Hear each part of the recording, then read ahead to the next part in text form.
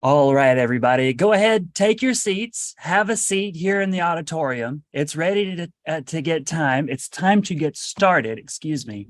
It's time to get started with today's presentation. Welcome, everyone, to the Lunchtime Discovery Series. It's good to be with you all again for another edition of our program brought to you by the North Carolina Office of Environmental Education and Public Affairs and us here at the North Carolina Museum of Natural Sciences. Today, we've got a great show for you. Of course, I say that every week because every Wednesday at noon, when we gather here for Lunchtime Discovery, we get to meet interesting people who are out there doing interesting things in the world of science and nature and the environment, conservation and education.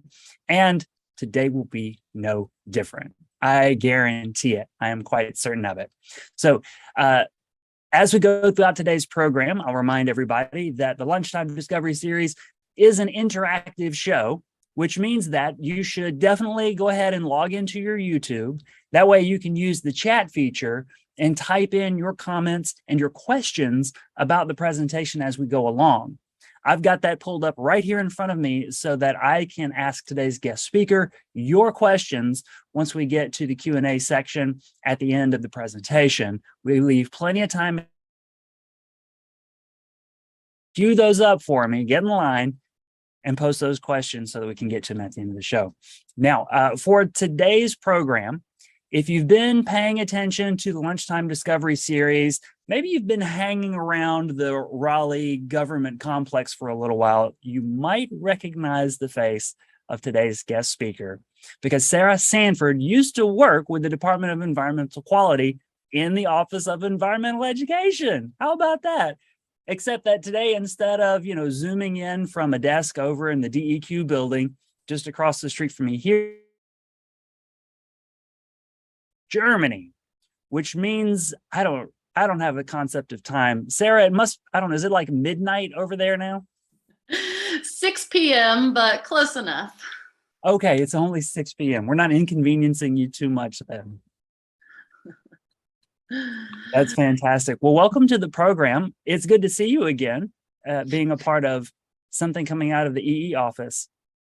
Thank you. Thank you for having me. It's good to be back, even in virtual form. Yes. And I'm excited to hear about some of the insights you've gained being around environmental education and nature in Germany. Sounds exciting. Yeah, thank you. Yeah, I will preface it by saying I am in no means an expert now. I've only been here in Germany for about a year now, but definitely a different place than the US and some different perspectives. So I'm excited to talk about it. Well, I will turn it over to you. Okay, great. So I will go ahead and share my presentation and make sure this works for everybody. Okay, Chris, can you see it in full screen? It looks great. Okay, perfect. Well, thank you, Chris, again for that introduction. And thank you, everybody who's here on YouTube or however you're viewing today. Again, my name is Sarah Sanford, and I used to work at DEQ in the Office of Environmental Education and Public Affairs. I was the program coordinator for a little while in 2018 and 2019. So I worked with Marty and Lisa, for all of you all who know them, and they were kind enough to invite me back to give this talk today.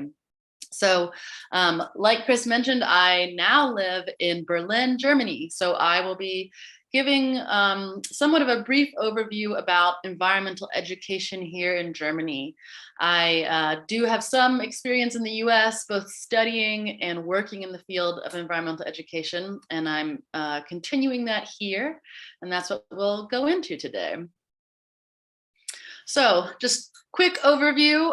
Like Chris said, my path was from the Triangle over to Berlin. So I used to work in that building next to the big globe, although I've heard there's some construction going on now. So I think things might look a little bit different than this picture that I took. This was shortly before I moved to Germany. I think things probably look a little bit different on that street.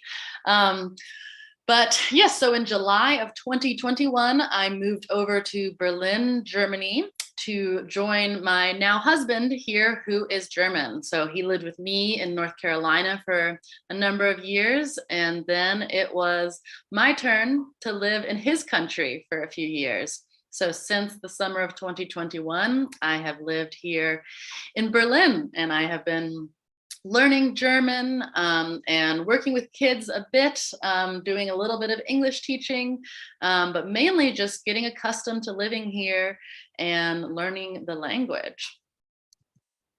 So Berlin is actually a surprisingly green place. Berlin and its surroundings, that is. So this is just a satellite image of the actual city of Berlin and then the surroundings. And you can see from all that dark green that we actually have a ton of forests here, some of which are old growth forests, many of which are very well protected forests. So my first thought moving to Berlin was, oh my gosh, it's a city, it's industrial. I thought about the Berlin Wall, but it's quite green here, lots of parks, lots of woodsy areas, as well as many lakes around Berlin. So in terms of being in nature, I was quite pleasantly surprised at how much green space and blue space there is in and around Berlin.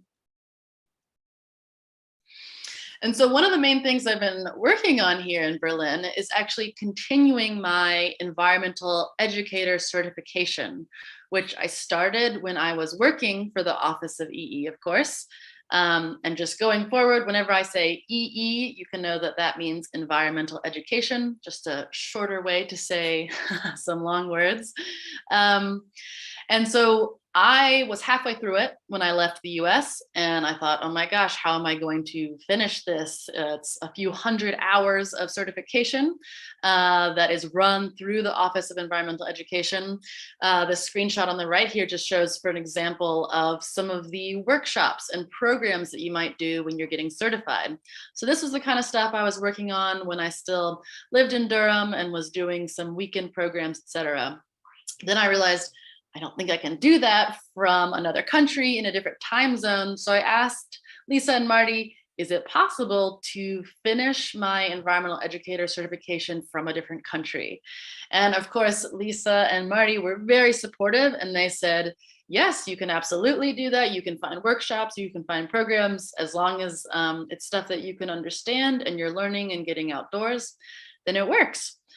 So I took that to heart and have been doing workshops and programs in environmental education here in Berlin. I am not yet in the stage where I am doing them in German. That's a little bit too complicated for me. So still working on those in English, but fortunately, a lot of folks here speak English. It's very international. And in the environmental field, especially, a lot of folks are fluent in English. So that has helped a lot. So I've done a number of different workshops here in some forests, at some of the lakes nearby, in some of the natural preserve areas, the parks. And there's pretty diverse array of topics that are offered in terms of environmental education here. So I've done 2 workshops on foraging for edible plants around Berlin's parks.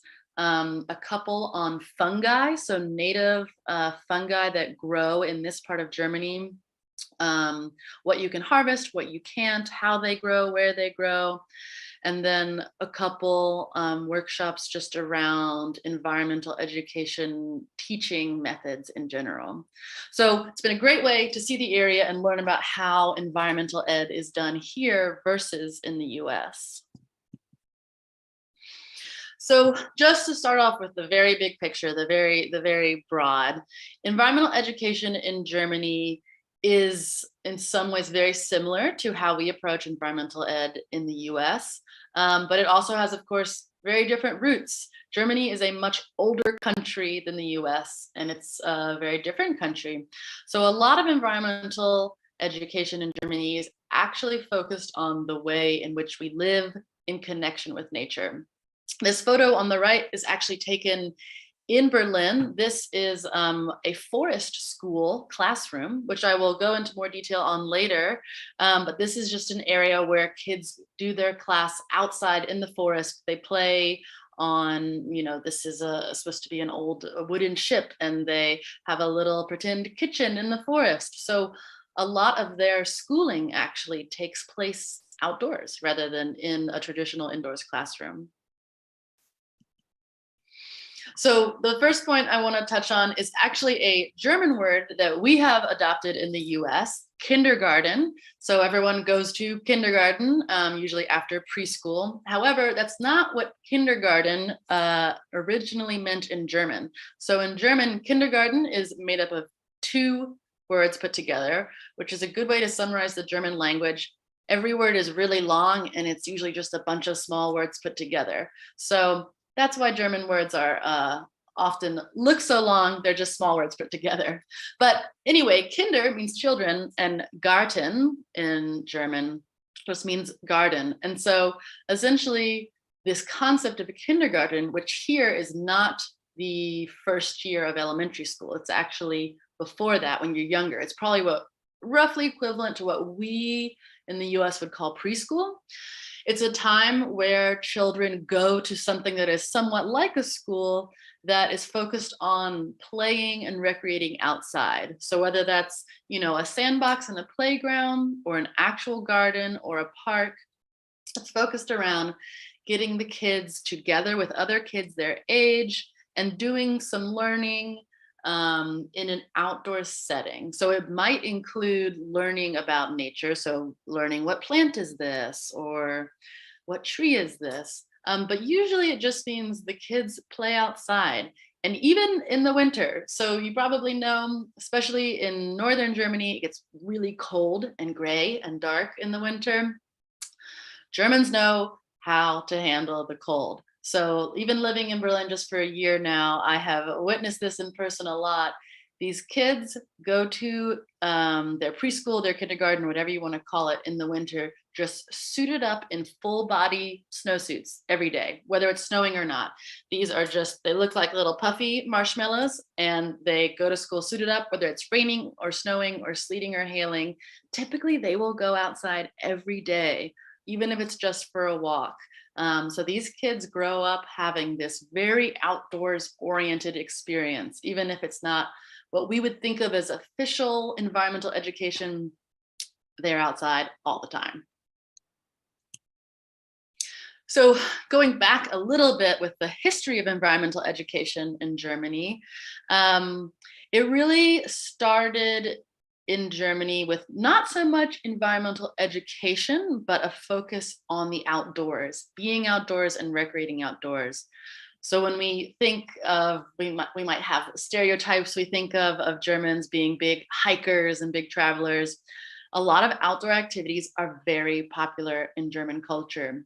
The parts of Germany, for example, Bavaria, the southern part, where you can get in the Alps and see some beautiful mountains, hiking and picnicking and activities that involve recreating outdoors are a big deal. But it didn't necessarily start with environmental awareness or conservation or preservation. It was really more so a lifestyle of spending time outdoors. And one of the biggest changes, of course, in German history in terms of any type of environmental education was the impact of World War II.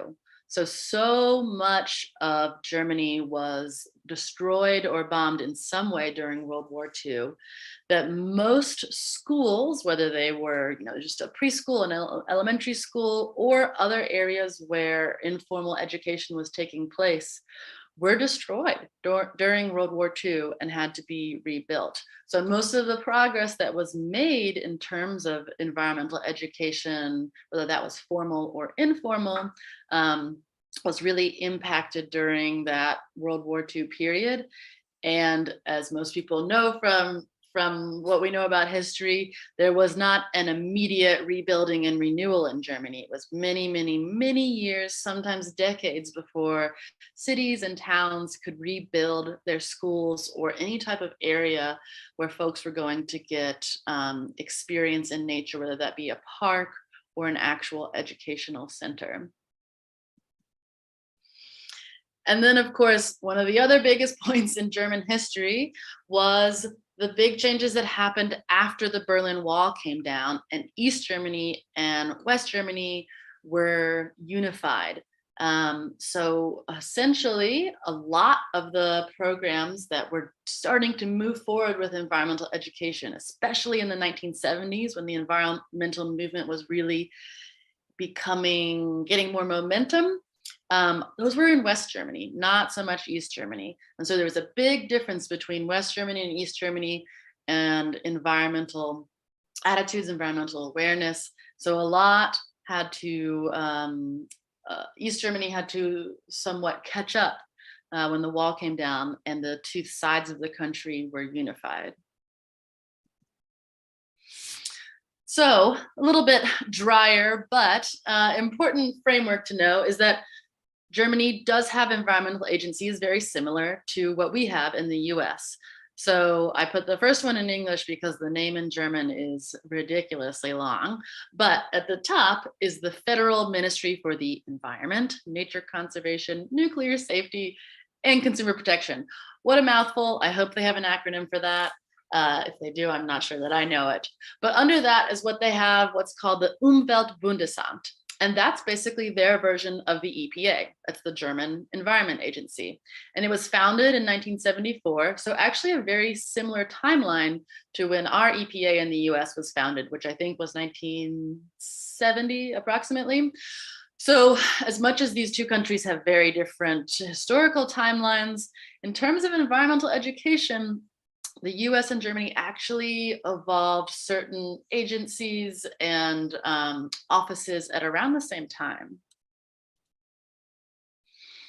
And Germany does have a society for environmental education at the federal level.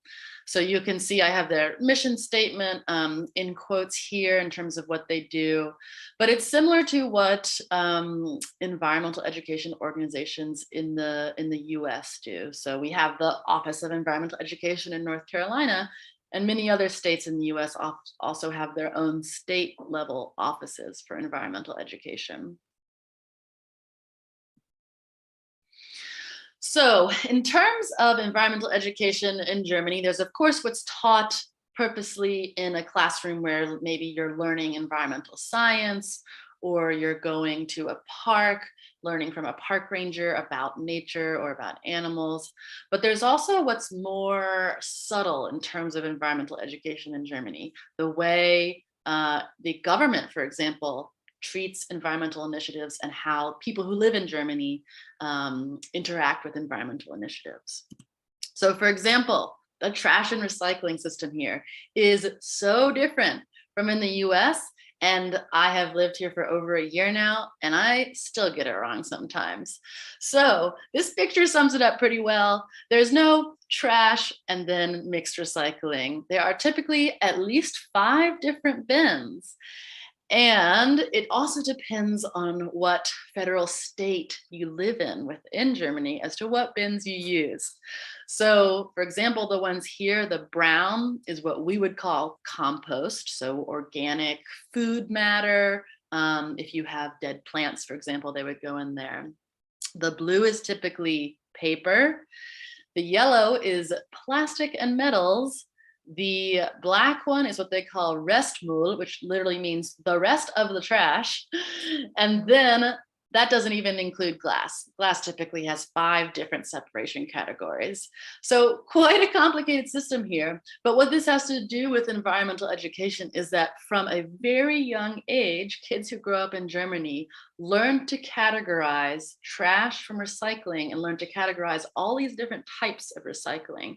So everyone here composts. It's not, for example, in the US, when I lived in Durham, I had a compost bin in my backyard, but it wasn't required.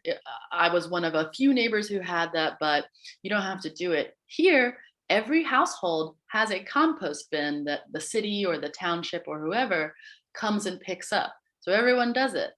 And you might have heard that Germany is big on rules and following rules. There are folks who work for the trash and recycling or municipal waste organizations, and they will come by and check your bins. And if you have paper in the plastic bin, or if you have glass in the compost bin, they will fine you. So you have to follow the rules here. And I have learned that they will fine you if you do it wrong. So this goes both ways. I mean, for example, when my husband, who is German, lived with me in Durham and we had recycling and trash, he put the wrong stuff in the wrong bin all the time. However, we never got fined in Durham, but it's a big cultural difference. So kids learn, okay, these are the separation categories. This is waste, this is reused. And speaking of reuse, another thing that you learn here in Germany is reuse of bottles. So it's called Pfand, and it basically means a way of returning bottles. So typically it's aluminum cans that might have soda or beer cans, something like that, and then certain glass bottles that typically contain beverages. And so you might see in the US, sometimes when you look at the side of a can or bottle, it has the names, the abbreviations for a few different states on it. And then it has something like 5 cents or 10 cents. So typically in those states, you can return it to some type of, municipal waste system, and they'll give you whatever it is, 5 cents, 10 cents per bottle. Here in Germany, typically it ranges from 10 to 25 cents, depending on the type of bottle. And there are what they call Pfandautomat machines everywhere. So the Lidl, the Aldi, which probably most people know those grocery stores now that we have them in the triangle, they have these machines outside. So you take your bottles, you put them in a machine, they all just slide in there, and then it gives you a little sheet of paper that tells you how much money you get back. You go to the grocery store cashier and they just give you cash. So you're not making a lot of money on it. It's not exactly a way to earn money so much as it is an incentive. It's an incentive system to get people to reuse and to not throw their bottles in the trash can, for example, or to not just leave them sitting out because they know, okay, I can get a little bit of money back on this. And they're conveniently located in grocery stores so that you're going to the grocery store to do your shopping anyway, then you get some money taken off of your bill or you get cash. So that's one of these kind of more subtle environmental incentive systems that's built into day-to-day life here in Germany. And then I did say earlier that I would come back to these forest schools, which are called Waldschulen. Wald just means forest, Schulen, schools. So I actually was first introduced to the concept of forest schools when I was working for the Office of Environmental Education in Raleigh. I did a workshop at a forest school that was kind of just outside of Greensboro. This was a few years ago, where I got to learn about what is a forest school and what do they do there. And essentially it's an outdoor classroom, and it can be for preschoolers, yes, but it can also be for college students. So for example, there were college students at the forest school that I visited, or it could be for adults who aren't even in school. It's a chance to learn about nature and do experiential learning, hands-on learning. So in Germany, for example, like I mentioned before, that picture on the left is from a forest school that's here in Berlin. And the picture on the right is from basically the office building for that same school in Berlin. So this one serves kids who are what we would say is preschool age. So they might spend 6 hours or so a day there, but they are spending their whole day. So they're having their lunch there. They're sometimes having nap time there and doing nap time under the trees in the forest. And like I said, these kids are suited up. They're ready for the weather, whether it's cold or rainy or hot and sunny, whatever it is. And the purpose of these schools is not just to teach kids about nature and the environment, but also to teach independence in nature. So the kids learn that they can feel comfortable in the woods by themselves. For example, they learn that there is a responsible adult there guiding them through the day, but they also learn how to be independent and how to do tasks independently. So a lot of it has to do with building, for example. And even for little kids, this can still work. So they might say, okay, we want you to try building a fairy house or something like that, where you're using natural materials like sticks and leaves and berries, etc., to create something. And for the most part, these kids really like it. It's fun to play outside, of course, and it gives them a very different set of toys, so to speak. They can use whatever they can find in nature. And so these are pretty popular here. When I learned about them, the forest schools, when I was living in North Carolina, I asked, oh my gosh, why aren't there more in the US? And it actually has a lot to do with insurance policies. So there are many forest schools in the UK, for example, and some throughout Western Europe. Germany has a fair amount, but a lot of it has to do with if the insurance policy will cover this type of school. In the US, a lot of insurance policies will say, no, it's not something we cover. But Europe has, of course, different regulations. And forest schools have a quite strong history in Germany of existing for many, many decades. But there are many in the US now. I've learned of a few in Virginia and North Carolina when I lived in those states. So quite an interesting thing, and I think quite worth it for the kids who get to go there and the adults. So kind of a different topic, but one of the ways that environmental education and environmental interaction is a different perspective here in Germany is there's a very strong focus on nature as medicine. So these 3 photos that I have here are photos that I took when I was on some of these environmental education workshops. So these specifically were when I was learning about edible plants. So these are just my notes here. There's nothing scientific. Probably some typos in there, but I went with a nature guide who was a scientist who is certified in identifying plants that are edible and or can be cooked in some way.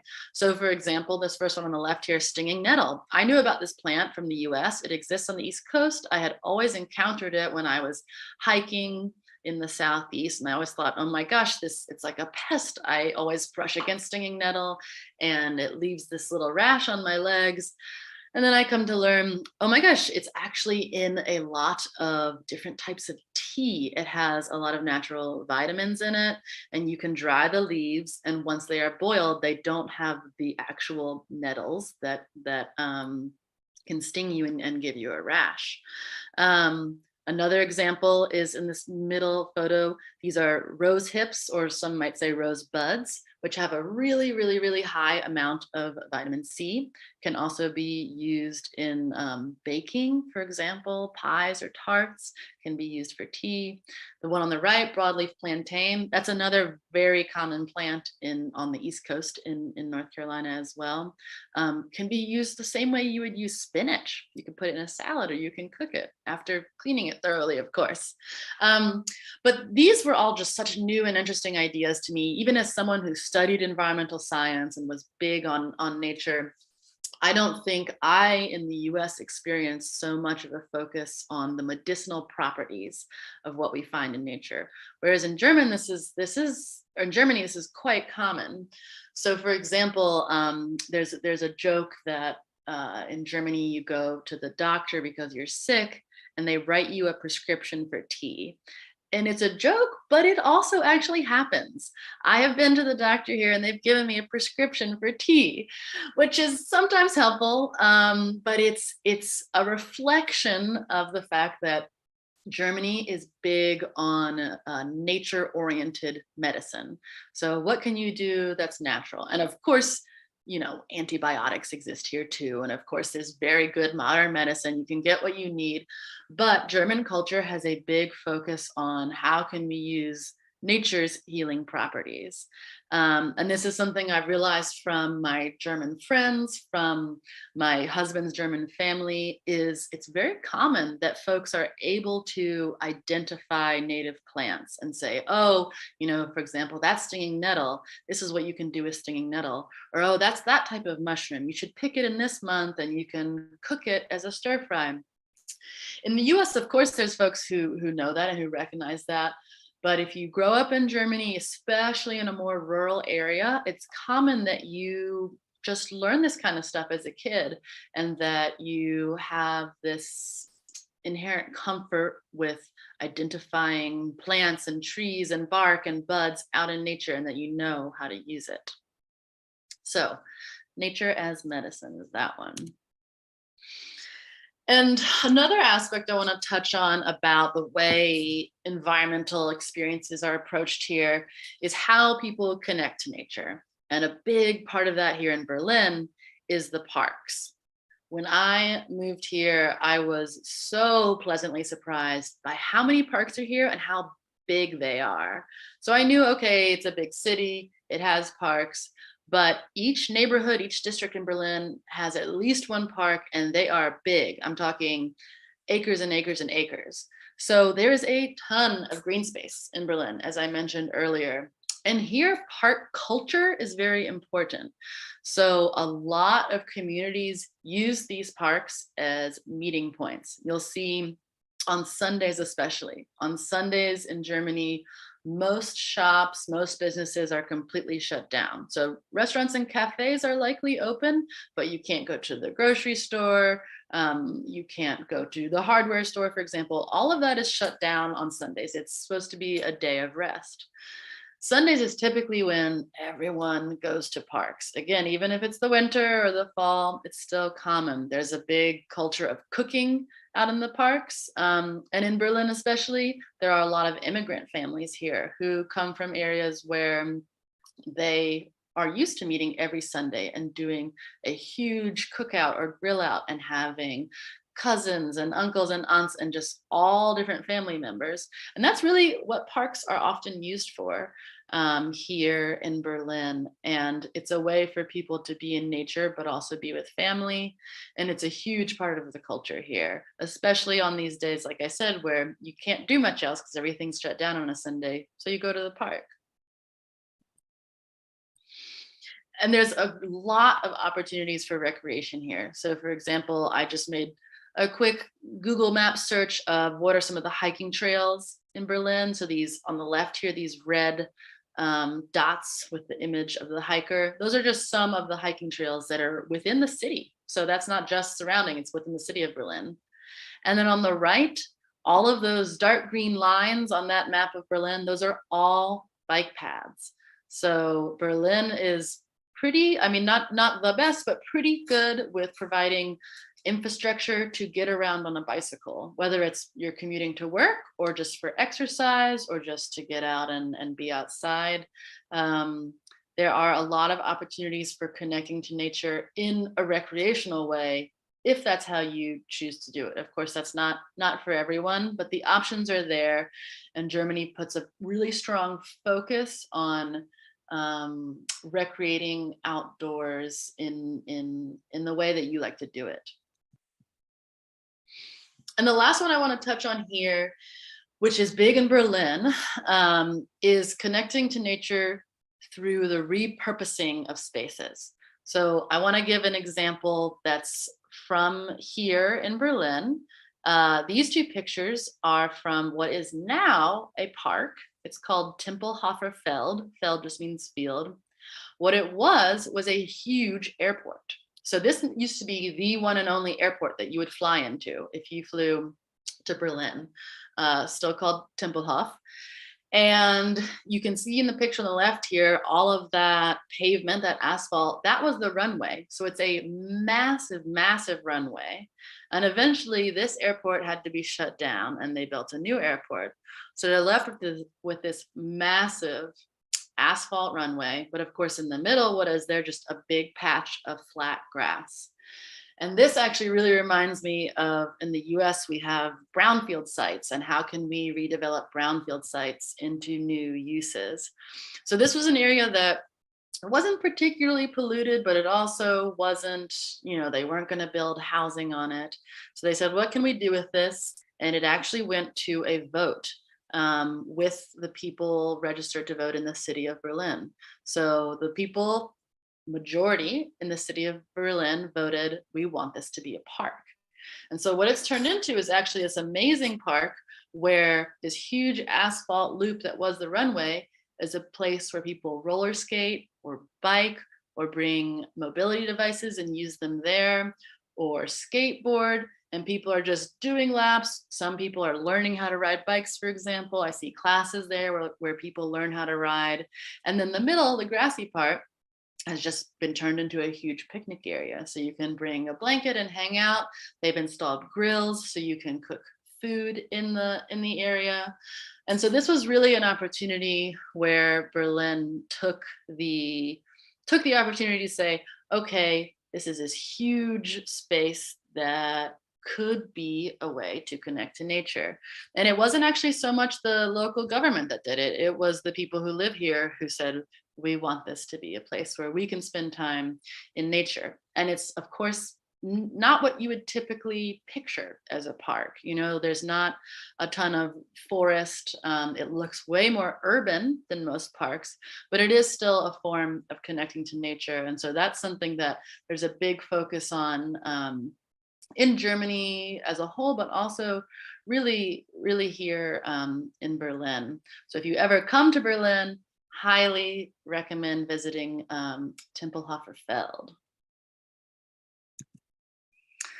So with that, I will say Dankeschön, which just means thank you very much in German, and leave some time for us to do questions and answer. And of course, comments. If folks have comments, I love to hear from you and hear what you're thinking or what your experiences are. So I will loop Chris back in and we can do the Q&A. All right. Everybody, wherever you're at, give Sarah a great big round of applause. I'm sure she'll hear it all the way in Berlin. Thanks, Sarah. You're welcome. Excellent stuff.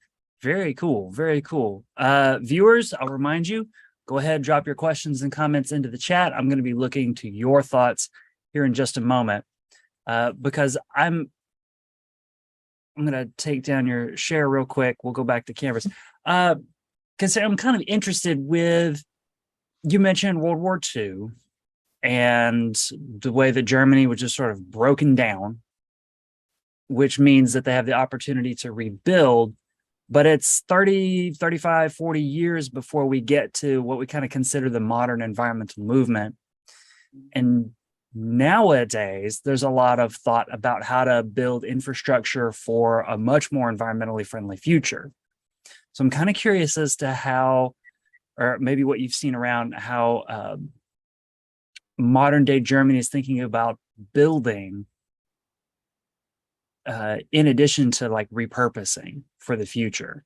Because they've had to do a lot of this like building and rebuilding and thinking about how to go from the ground up. Exactly. Yeah, that's a great question. So one of the most interesting things I learned about how Berlin was built after World War II is that naturally Berlin is flat as a pancake. And similar to Washington, D.C., its original ecosystem was kind of swamp-esque. And then, of course, wetlands were drained and then buildings were built. But very flat area. However, there's so many hills here, and I was biking around when I first got here and realized how do people say Berlin is flat? It's actually really hilly. I learned from a guided tour I did about World War II that every hill in Berlin is made of rubble from World War II. So after World War II, they had to move all of these giant blocks of concrete or remnants of buildings or remnants of, steel frames, whatever it was. They had to move them out of the way. So they made what they called Rubble Mountains, essentially. So every hill, and these are mostly all parks here, are built upon rubble from the war. And this was actually just an act of efficiency, get it out of the way. There was no really purposeful planning in that. Whereas nowadays, I think Berlin and Germany have come a long way from, of course, when rebuilding after World War II, there was no thought for sustainability. It was a country that was bankrupt in so many ways. And it was, how can we build cheap? How can we build quickly? How can we get people back into homes? Whereas nowadays, Berlin is still, and Germany as a whole, still full of these post-World War II buildings that aren't necessarily sustainably built, aren't necessarily built with the environment in mind, but are still standing. It's wasteful to build new buildings. So a lot of them are being kind of what they call half renovated. So it's, they're not knocking them down and building a high-rise condo, but they're saying, okay, how can we get solar panels onto this building that was built in 1955? It doesn't have the right electrical hookups for it, but we can make it happen. So there's a huge push for, what they would call green energy here in Berlin, solar power, wind power, hydrothermal. And so some buildings are being, I guess, retrofitted is probably the right word, to be repurposed in some way, but still be efficient about what already existed and not knock it down, but do the best you can in terms of making it better. Okay, interesting, very interesting. Yeah. So a question that's popped up here, are there many interpreters in Germany, like in North Carolina? Do you have rangers and naturalists that interpret the natural environment? Great question. We do, but not as many as what I experienced in North Carolina. So, really, of course, the US, we have our national parks and our state parks, whereas Germany doesn't have the same system. So Germany has states similar to how the US has states, but they don't have the same type of national park system or state park system with park rangers to do interpretation. So it's actually more on an informal basis. So for example, here, all of the environmental workshops I've done are from a nonprofit group that's called Nature Meet, where it brings people together to do these, environmental ed excursions. And so they are an independent nonprofit that hires trained guides to do what a park ranger would do. But typically here, when you go to a park, it's a much more solo experience. I've been to some amazing parks in Germany, but it's not the same as, for example, when you go to a state park in North Carolina, often there's a visitor center and you can go and talk to a park ranger there. It's a lot quieter here. You kind of show up and you are on your own. You might see other visitors, but there's not a roaming park ranger the way we have interpreters. And that's something I actually really miss about North Carolina and about the US, is because, of course, I love getting all the info and asking the questions, but we don't have that here. And I sometimes wonder, Germans tend to be a little bit more introverted. And so sometimes it is hard for me to picture like a friendly park ranger walking around the parks here, just giving you information about nature. But maybe I can carve out that niche for myself here and make that into a job. Hey, there you go. Yeah. There's got to be some Germans who would appreciate it. Exactly. Yeah. All right. Jody wants to know, is climate and the environment integrated in the school curriculum that is taught inside as well, like traditional schooling? That's a great question. Yeah, so I don't have as much experience with high school age kids here. I'm currently working some with more preschool and kindergarten age kids. I know that their biology curriculum has been adapted to include information about climate change. I don't know to the extent how much it includes. But I will say I've noticed that students here, whether it's kind of middle school age, high school age, college age as well, have a very high level of environmental awareness and awareness about climate change. I see a lot of demonstrations and protests about climate change here in Berlin. And the students tend to do a lot of what we would call, I guess, real world experiences, internships, etc. So Greenpeace, for example, is really big here. I didn't realize how big it was. And a lot of local high schoolers intern there. So I think there is a climate environmental awareness focus here. I just don't know exactly how much it is, but I've been impressed with the level of knowledge of students of all ages here.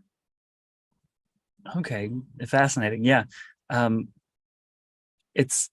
think here in the US, like it's beginning to become a regular part of the curriculum. We talk about it, The museums are talking about it. I think the schools are talking about it, but it's, from my experience, I don't know. There are so many things that are controversial in schools in the United States right now, and the climate crisis gets to be one of those things, unfortunately. Mm-hmm. Yeah, that is one difference here is the climate crisis is really just treated as a scientific topic here. It's kind of just, it's not so much political. This is something that's happening. It's science-based. And so here there is more of a scientific biological lens that's taken towards it, I think. Lisa wants to know what you miss most about North Carolina's environment.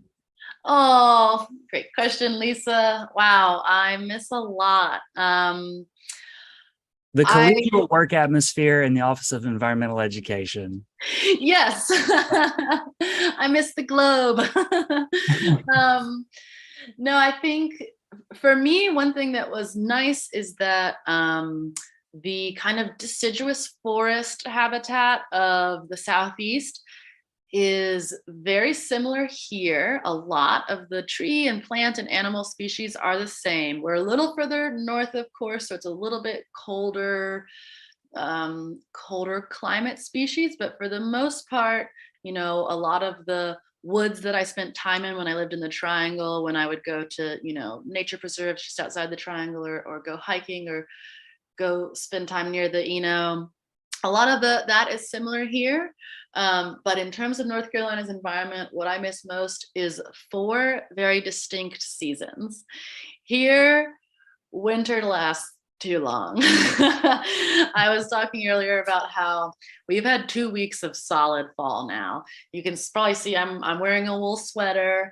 It is cold, and it is really cold at night. And it went from, okay, it's 75, it's nice, to, okay, there's frost on the ground the next day.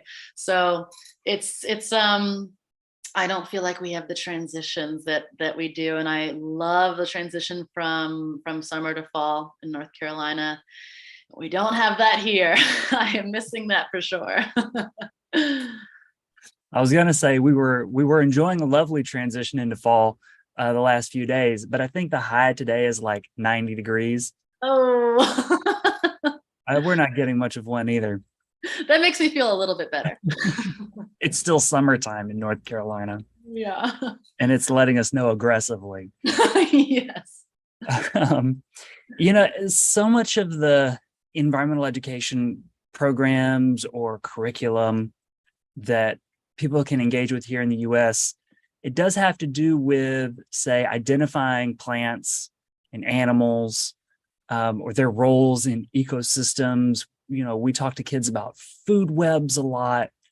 And I'm curious, like, sort of the way you position environmental education in Germany. It's just that being outdoors is so much more integrated into society as a whole.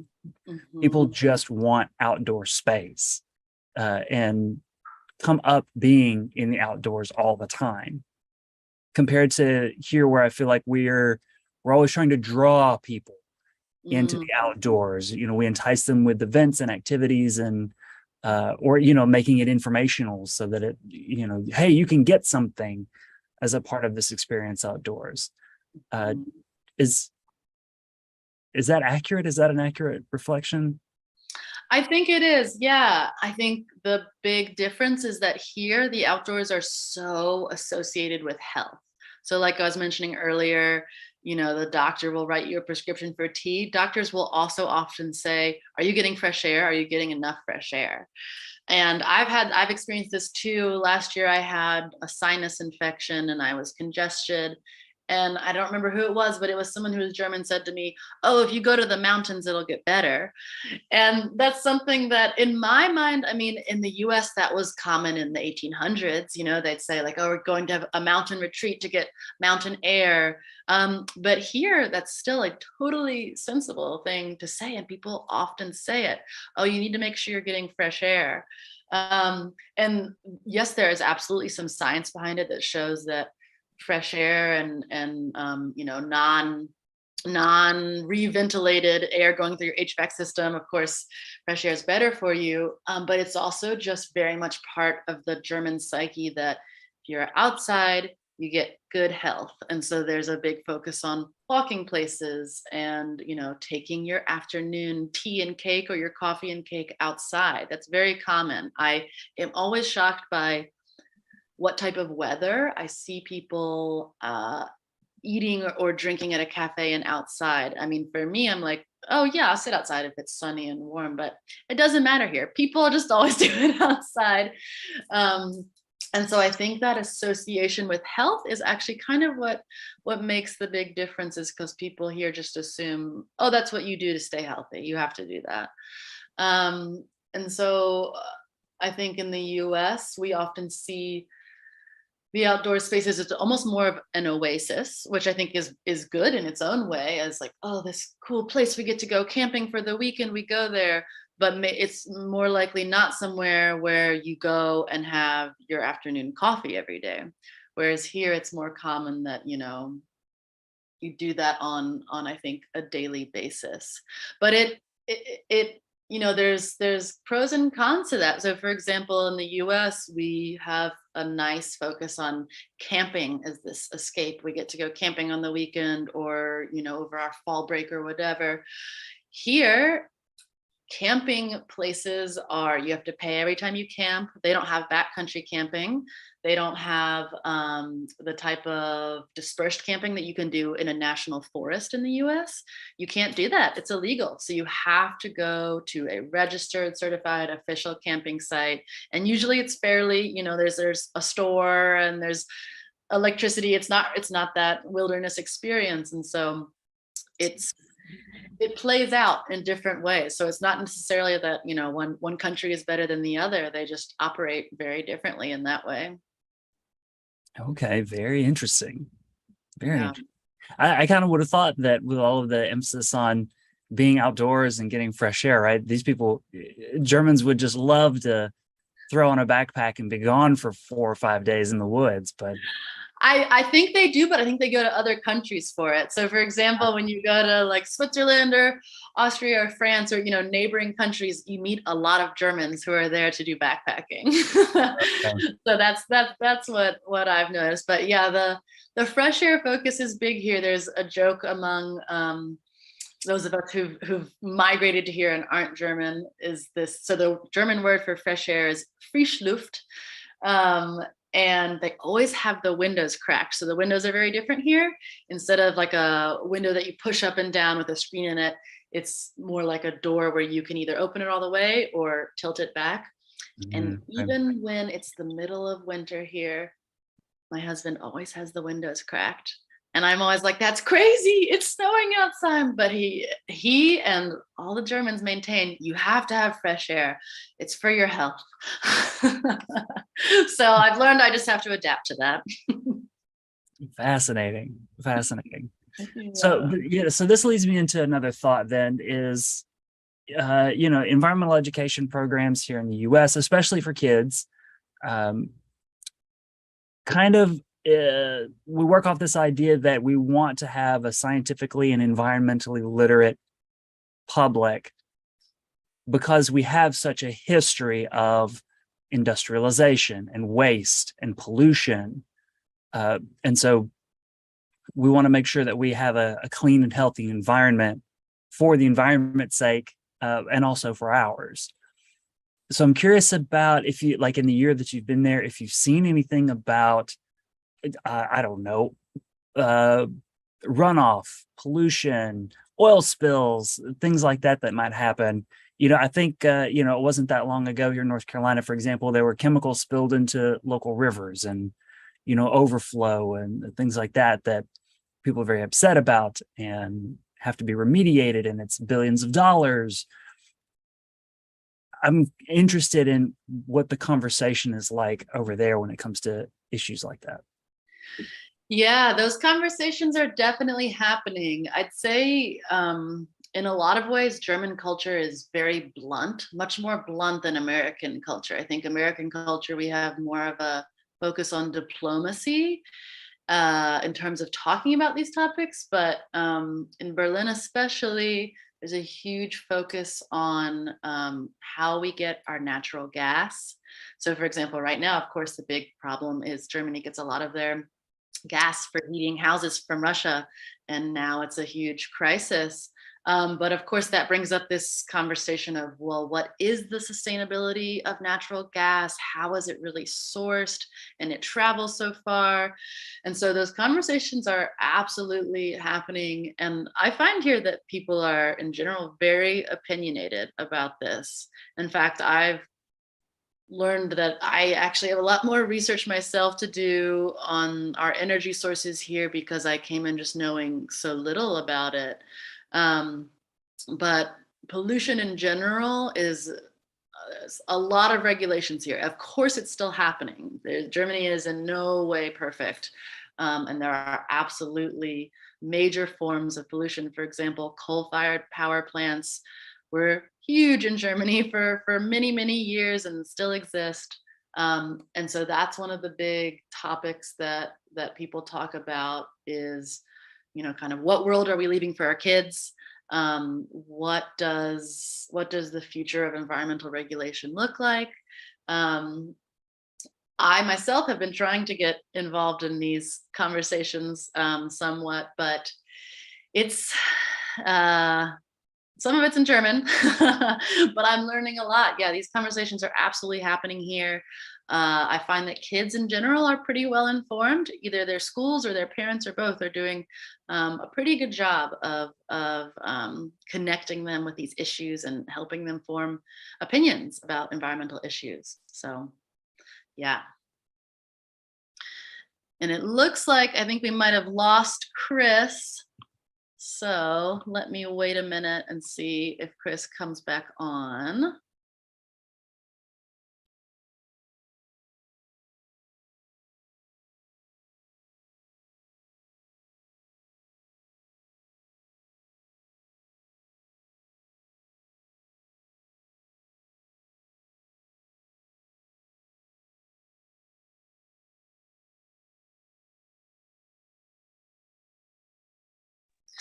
Okay, well, it looks like we might be having a technical difficulty with Chris's feed coming from the museum.